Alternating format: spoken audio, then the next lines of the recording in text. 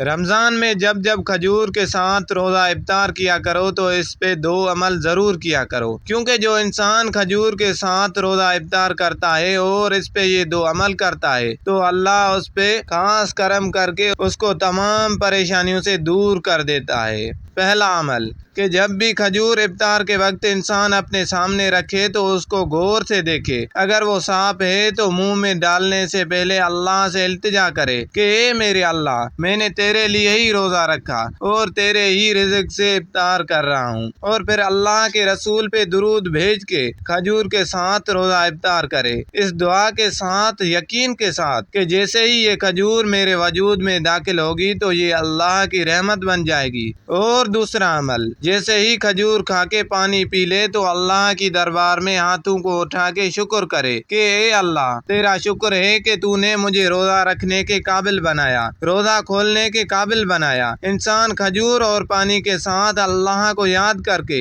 روزہ رکھتا ہے اور اس کے رسول پہ درود بھیج کے اپنی دعائیں مانگتا ہے، اور روزہ کھولنے کے بعد شکر کر کے اللہ کی نعمتوں کو یاد کرتا ہے تو اللہ اپنے تمام خزانے اس انسان کی طرف موڑتا ہے اور فرشتوں کو حکم دیتا ہے کہ یہ میرا شکر گزار بندہ ہے جس نے میرے لیے روزہ رکھا ہے، اے فرشتوں، جاؤ جو اس کی دعا ہے وہ ابھی کے ابھی پوری کر دو۔